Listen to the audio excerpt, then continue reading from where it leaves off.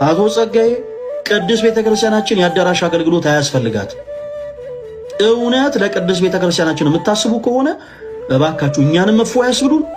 እናንተም ደግሞ ረፍት አድርጉና ቅዱስ ቤተክርስቲያን ራሷ እኛን ታገልግለን፣ እኛም እንገልገል። በቤታችንን ጥለን ይሄን እንዴት ልናስበው እንችላለን? ያንቀጠቅጣል፣ ምእመናን ያንዘረዝራል።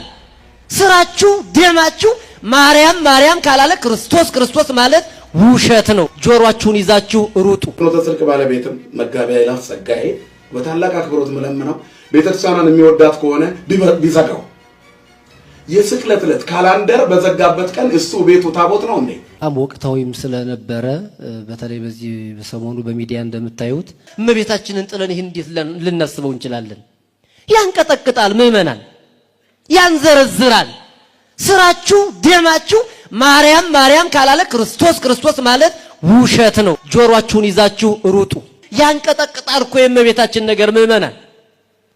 ህሊና እኮ አይችለውም።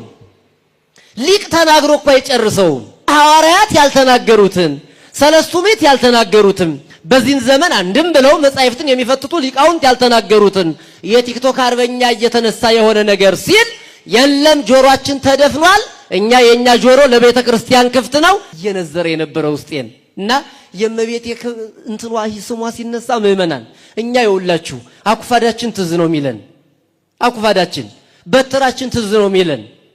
ያን ትልልቅ ውሻ ጥርሱን እያስታገሰች አኩፋዳችንን ሆዳችንን ሞልታ እሷ እንጀራ ሆና ባዶ አኩፋዳ ይዘን ሄደን እኮ አኩፋዳችንን ሞልተን ምን መለስ ከዛ በኋላ ቅኔውን መጻፉን ሁሉን ነገር እኮ እንድናጠናቀቅ ምክንያት የሆነችን የረዳችን እሷ ናት። እና የሷን ነገር ተቀምጦ መናገር ይጨንቀናል። እመቤታችን ቅድስት ድንግል ማርያም ላይ ጥያቄ ሲነሳ እንኳን ጥንታ አብሶ ታማልዳለች አታማልድም የሚል ጥያቄ ሲነሳ ጆሮአችሁን ይዛችሁ ሩጡ። ምን በሉ በማርያም ጆሮአችሁን ይዛችሁ ምን በሉ? ምን ላለመስማት እመቤቴን የሷን ክብር የሚነካ ስም አጉዳፊ ስታዩ ጆሮአችሁን ይዛችሁ ሩጡ እንጂ አትከራከሩ። አቶ ጸጋዬ ቅዱስ ቤተክርስቲያናችን ያዳራሽ አገልግሎት አያስፈልጋት። እውነት ለቅዱስ ቤተክርስቲያናችን የምታስቡ ከሆነ እባካችሁ እኛንም መፍዋ ያስብሉን። እናንተም ደግሞ ረፍት አድርጉና ቅዱስ ቤተክርስቲያን ራሷ እኛን ታገልግለን፣ እኛም እንገልገል። የአዳራሽ አገልግሎት ቤተክርስቲያናችን አያስፈልጋትም። አውደ ምህረት አልጠበበንም፣ አውደ ምህረት አልጠበባትም። በቃ በገንዘብ ደረጃ ትልቅ አቅም ያለ ግለሰብ ከሆንክ ግን ያንን የሚዲያ አቅም በአጠቃላይ ለኢትዮጵያ ኦርቶዶክስ ቴሌቪዥን፣ ለኢትዮጵያ ኦርቶዶክስ ተዋሕዶ ማህበረ ቅዱሳን ቴሌቪዥን ሰፖርት ማድረግ ይቻላል። የሚተላለፉትን መልእክቶች በአጠቃላይ በእነዚህ የኛ የቴሌቪዥን ጣቢያዎች እንዲተላለፉ ማድረግ ይቻላል። እውነት ለቤተ ክርስቲያን ቅናት ያለን ከሆነ ማለት ነው። ከዛ ውጭ ግን ቤተክርስቲያናችን የአዳራሽ አገልግሎት አያስፈልጋትም። የአዳራሽ አገልግሎት አያስፈልጋትም። እኛ ግለሰብን እየገፋን አይደለም። አቶ ጸጋዬ ወደ ቅዱስ ቤተክርስቲያን ተመልሷል። አዎ ተመልሷል። እሺ ይህን ግለሰብ ከቤተክርስቲያን እየገፋን ነው ወይ? አይደለም። የቤተክርስቲያናችን ስርዓት ግን ያክብርልን። አይኔ በቃ ከሌላ ቦታ ነው የመጣሁት እና ተቀበሉ። ኦኬ እንቀበላለን ማለት ግን አንድ በቃ እንደፈለኩ ካልሆንኩኝ እንደው ፓትርያርኩ ጳጳሱም ቆሞሱም ምኑም እኔ ካልሆንኩኝ የሚባል ነገር የለም። በወንድምነት እያንዳንዱ ነፍስ ወደዚህ ቅዱስ ቤተክርስቲያን እንዲመጣ እንዲመለስ ፍላጎታችን ነው፣ ፈቃዳችን ነው። ይሄ ምድራዊ ደስታ ብቻ ሳይሆን በአንድ አጥ መመለስ የሰማይ መላእክት እንኳን ጭምር ኦኬ ይደሰታሉ። በዚህ ጉዳይ ግን አንደራደርም ነው። በቤተክርስቲያናችን ስርዓት አንደራደርም እኛ ኦርቶዶክሳውያን። የፍኖተ ጽድቅ ባለቤትም መጋቢ ኃይላት ጸጋዬ በታላቅ አክብሮት መለመነው ቤተክርስቲያኗን የሚወዳት ከሆነ ቢዘጋው የስቅለት ዕለት ካላንደር በዘጋበት ቀን እሱ ቤቱ ታቦት ነው እንዴ? ቤቱ የሚከፍተው ስግደት የቱ ጋር ነው? ንሴብሖ ተብሎ ለይሁዳ ወልዱ ወለውሉዱ ተብሎ ዳዊት የሚደገመው የቱ ጋር ነው? ግብረ ሕማማት የሚነበበው ምን ማለት ነው? የራስ አዳራሽ መሰብሰብ ሌላ ቸርች ነው እንዴ? እሱ እዛው አጠገባቸው ጋር ቤተክርስቲያን አለ አይደለም እንዴ? ካላንደር በዘጋበት ቀን ቤቱ ማስመለክ ምን ማለት ነው? ካላንደር በዘጋበት ቀን አዳራሽ ሄዶ መሪ መሆን ደግሞ ሊቀ ጳጳሱ ምን ማለት ነው? ሁሉም ነገር ብልሽት ያለ ነው።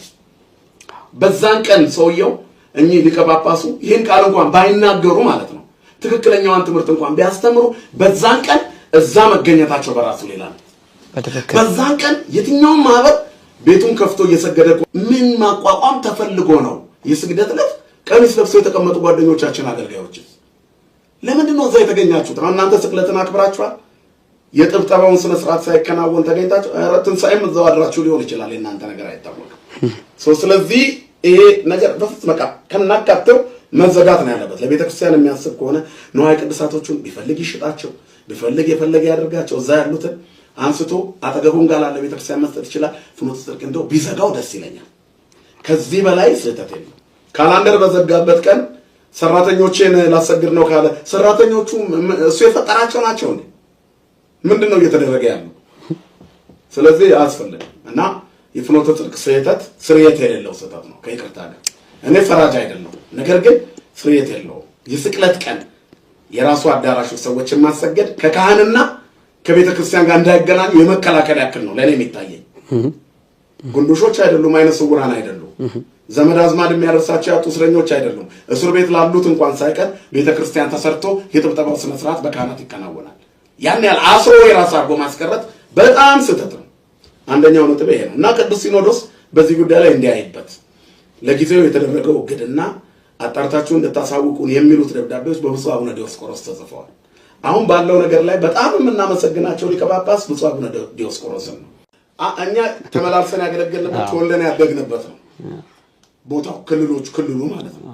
ስለዚህ በፍጹም ሙስሊምም ከሆነ በራሱ መንገድ እስላም ነው፣ ክርስቲያንም ከሆነ ክርስቲያን ነው። ልክ እንደዚሁ ሙስሊሙ ኦሮሞም አማራም ትግሬም እንዳለበትና በዛ ሃይማኖቱ እንደሚቀጥል ሁሉ ኦርቶዶክሱም ኦርቶዶክሳዊ የሆነው ኦሮሞ ከኦርቶዶክሳዊ ከሆነው የሌላ ብሔር ወንድሞቹ የተለየ እምነት የለውም። በዘሩ ምክንያት የጨመረው ዶግማ የለም፣ የቀነሰውም ቀኖና የለም። ስለዚህ ምንም ዋሻ አድርጎ መወሸቅ አይቻልም። ሲክዱ እና ሰው ልክ አይደሉም ብሎ ሲነሳባቸው ያንን ዋሻ ማድረግ፣ ሲሾሙ ደግሞ ዞር ብሎ አለማየት፣ የስቅለት ቀን ያልባረኩትን ህዝብ መከታ ይሆነኛል ብሎ ማሰብ፣ የተወሰነ ከሳቸው አካባቢ የሚለቃቅሙ ሰዎችን ቲፎዞ ማድረግ ይቻል ይሆናል። ጉዳዩ ግን የኃይል አይደለም፣ የህግ ቤተክርስቲያን ጉዳይ ነው። እኛ የምንፈልገው እሳቸው እንዲወገዙም አይደለም። እመቤታችን ቤዛዊተ ኩሉ ዓለም አይደለችም ማለት የተሳስቻለሁ ኑፋቄ ነው። ቤተክርስቲያን በምትቀጣኝ ቅጣት እቀጣለሁ። አሁን እመቤታችን ቤዛዊተ ዓለም ናት 90 መግለጫ 40 ደቂቃ ማውራቱ ምንም ጥቅም የለውም። ይሄ ማጭበርበሪያ ነው። በፍጹም አንቀበልም። እኛ እኮ ላስተማሩት ትምህርት እኚህ አባት አልተማሩም አላልንም። ደብረ ሊባኖስ ናቸው። ገዳሙንም ዋሻ ማድረግ አይቻልም። በደብረ ሊባኖስ ገዳም ይሄ ቃል አይነገርም። አሁን እመቤታችን በአደባባይ ስለተነካችብን ለሃይማኖታችን ነው እንጂማ ከኔ ጋር እኮ በጣም ወንድሜ አባቴ ናቸው። በጣም ወዳቸው ናቸው። ቃል እግዚአብሔር አነጋገራቸው ደስ የሚለኝ ሰው ናቸው። በዚህ ልክ ከመጡ ግን መልአክም ቢመጣ አላምነውም እንኳን እሳቸው። ምክንያቱም አትቀበሉ ይላል መጽሐፋችንን ይዘን ነው። እያንዳንዱ ክርስቲያንም በዚህ ልክ ነው ስሜቱ። እንዲሆንም የምንፈልገው ይሄ ነው። ያገለገልነውም ህዝብ ከዚህ ውጪ ሌላ ነገር ሰምቶ አይ አባት ናቸው ቢሳሳቱም አይቻልም፣ አንቀበልም። ይሄን በትክክል ነው። ሁለተኛ ቀኖና ቤተክርስቲያንን ጥሰው ነው የሄዱት ባይነኝ እኔ። ተፈቅዶላቸው የክፍሉ ጳጳስ ፈቅደውላቸው እንኳን ተገኝተው ቢሆን የራሳቸውን ህዝብ ለየትኛው ሊቀ ጳጳስ ስተው ነው የሄዱት። አብይ በሆነ በዓል ላይ ህዝቡ እንደ ቅጠል ረግፎ እንደ ሻሽ ተነጥፎ ኪርያላይቱን እያለ በሚሰግድበት ሰዓት ጥብጠባውን የሚመራው ማን ነው? ያንን ስርዓት አስተምሮ በስነ ስርዓት ህዝቡን እቺ ቃልስ አምቦ ላይ ትነገራለች። የአምቦ ህዝብ ለሃይማኖቱ ምን ያህል እንደሆነ ልጅ ሆነን እናውቀዋለን። ተነግሮ ይደገማል። እኛ እናውቀዋለን። ምዕራብ ሸዋን እናውቀዋለን። ያልገባንበት ገጠር የለም። ህዝቡ የኛ አባት ነው። ከእያንዳንዱ ደሳሳ ጎጆ ጀምሮ ያማረ የተዋበ ቤታቸው ውስጥ ሁሉ ገብተን አይተናል። ለመብርሃን ፍቅር ለመስጠት ብሔር አይጠቀስም። ኢትዮጵያዊነት በራሱ በቂ ነው። ኦርቶዶክሳዊነት በቂ ነው። እንኳን እኛ በዛ የስቅለት ቀን ፕሮቴስታንቶችን እመቤታችንን በዚህ ልክ አይነቅፏት። እኛን ለማናደድ ምን ይናገሩ እንጂ የዛን ቀን አይነቅፏት። በእውነት ስቅለተ ክርስቶስ በምን አይነት ሁኔታ በቤተክርስቲያን እንደሚከበር እመቤታችን ምን አይነት ጥልቅ ሐዘን ውስጥ ልትሆን እንደምትችል የተጻፈ ነገር ለነሱ ባይኖራቸው እንኳን ከኛ አስተምሮና ከኢትዮጵያዊነት የተነሳ ዝም ይባላል። ሐዘን ላይ የተቀመጠ ሰው አይወቀስም። በዚህ ልክ ክብሩ አይነገርም። ስለዚህ አገረ ስብከታቸውን ጥለው መገኘታቸው፣ ህዝባቸውን በትነው መገኘታቸውን ቅዱስ ሲኖዶስ እንዲጠይቅልን እንፈልጋለን።